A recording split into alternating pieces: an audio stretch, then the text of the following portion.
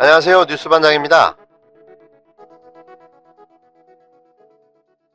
문재인 대통령의 경고, 그리고 200만 국민의 촛불로 검찰 개혁을 외친 지난 주말, 윤석열 검찰총장이 내놓은 메시지, 국민의 뜻, 국회의 결정을 받들겠다.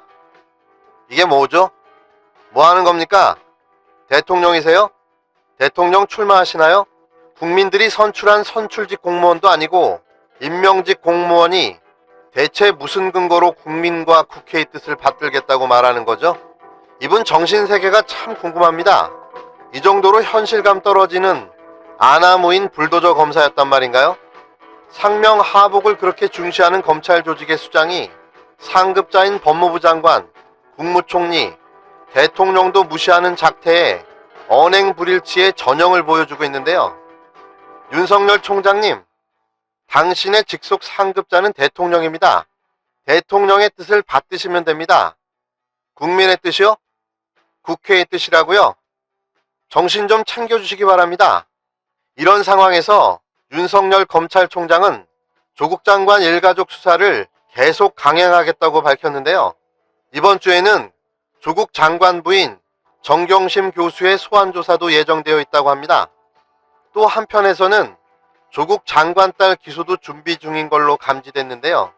정리하면 이렇습니다. 수단과 방법을 가리지 않고 조국 장관 엮어서 꼭 기소하고 말겠다는 겁니다.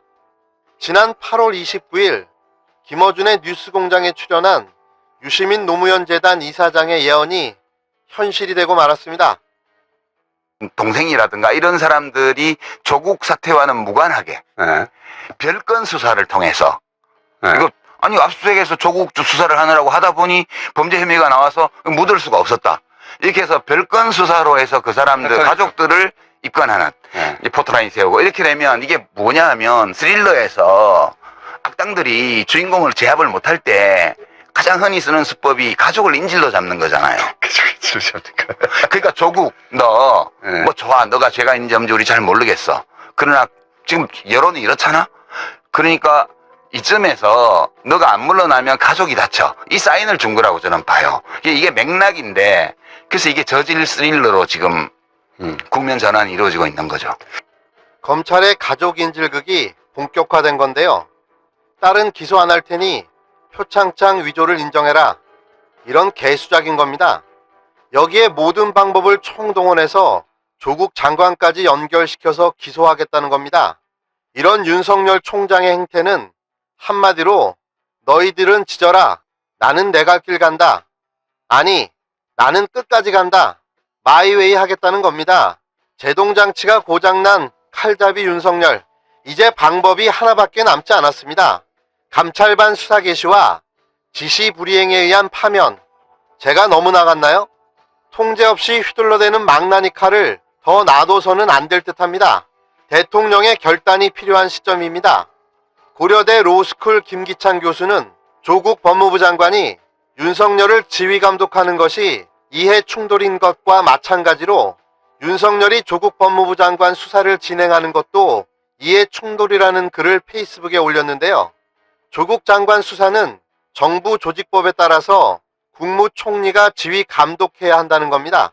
그러면서 지금같이 아무도 지휘 감독 안 하는 폭주 상태를 방치하면 나라가 망가진다고도 주장한 건데요.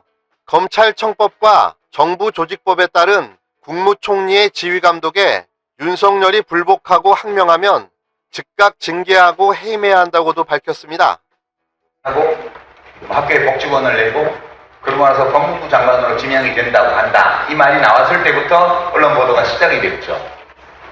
뭐 큰 문제 있겠냐. 조국 되게 걱정 없이 살아온 소년 같은 사람인데 뭐 특별한 게 있겠냐 이렇게 생각을 했죠. 근데 조국 본인이 아니고 그 돌아가신 아버지 또 어머니 동생 조카 그 배우자 아들 딸 이게 차례차례 나오는 거예요. 근데 제가 그 다 아주 개인적인 생활과 관련된 것이고 공적인 게 아니어서 아는 바가 없잖아요. 뭘 알아야 한마디 해줄 텐데 그래서 아는 것도 없고 그래서 가만히 있었죠. 그래서 가만히 있다 보니까 이게 끝도 없이 가는 거예요. 그래서 제가 갑자기 이제 뭔가를 하긴 해야 될 것 같은데 뭘 알아야 뭘 할 거 아니에요. 그래서 이제 취재를 시작을 했어요. 그때부터 취재를 여기저기 시작을 하고 알릴레오가 마침 쉬고 있을 때여서 호해를 제작을 해야 되나 그 고민을 하면서 여러 군데 취재를 하면서 이거 아닌데 하는 느낌이 온 거예요. 이게 아닌데 이렇게 가면 안 되는데. 그리고 2009년 논두렁 시계 보도 사태 때하고 똑같아요. 지금 양상은 거의 똑같고요. 정도는 더 심한 것 같아요. 양상은 거의 비슷하고요. 정도는 그때보다 더 심각해요. 그래서 그냥 가만히 있으면 조국 장관이 어떻게 될지 저는 모르지만 어떻게 되든 나중에 좀 후회하게 될 것 같다는 생각이 들었어요. 노무현 대통령 그렇게 공격당하실 때 사실 제가 가끔씩 나와서 미디어에서 이야기도 하고 이렇게 하긴 했는데 그때도 이게 돈 문제 이런 게 걸려있고 이래서 잘 알지도 못하고 이래서 주춤주춤 하면서 있다가 그 일이 생겨버렸거든요. 그래서 이번에도 그냥 가만히 있으면 나중에 되게 후회하게 될 것 같다는 그런 두려움이 들어서 정확히 말씀드리면 제가 8월 27일 날 참전을 했죠. 네.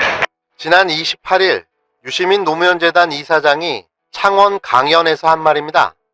윤석열 총장은 지명 전에 조국 일가에 대한 내사 자료를 토대로 해서 범죄자라는 판단을 했고 그 판단을 근거로 해 청와대에 전달하려고 했다는 겁니다.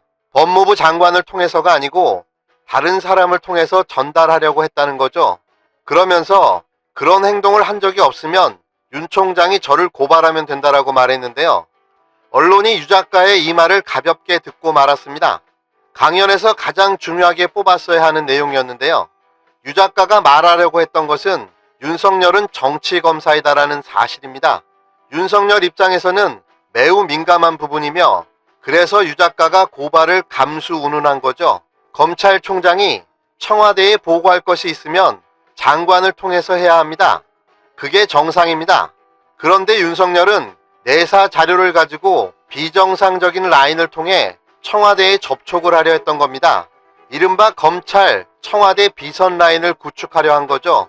정치검사가 청와대의 정치 권력을 확보하는 방법인 내사 자료를 내놓고 정치적 거래를 하려 했던 겁니다. 검찰 개혁의 주요 내용 중 하나가 검찰의 정치적 독립입니다. 정치 권력과 검찰 권력이 짬짬이를 해 권력을 공유하게 되면 우병우 같은 정치 검사에 의해 국정농단이 발생하게 되는 거죠. 노무현 대통령이 한 것이 검찰 권력에서 정치 권력을 떼어내는 것이었고 문재인 대통령도 검찰의 정치 독립을 보장해주고 있는 건데요. 윤석열은 내사 자료를 들고 청와대의 비정상적인 접촉을 시도했다는 사실 하나만으로도 검찰총장 자격을 잃을 수도 있습니다. 문재인 정부는 윤석열 검찰총장을 자리에서 내쫓아야 합니다. 윤석열 검찰총장은 그 쓰임새가 다 끝났습니다. 검찰개혁이라는 큰 퍼즐 안에 한 조각이었던 거죠. 안타깝지만 이게 현실입니다. 그리고 자신의 그릇이 그것밖에 안 되는 걸 누굴 탓하겠습니까? 이제는 물러나야 할 때입니다.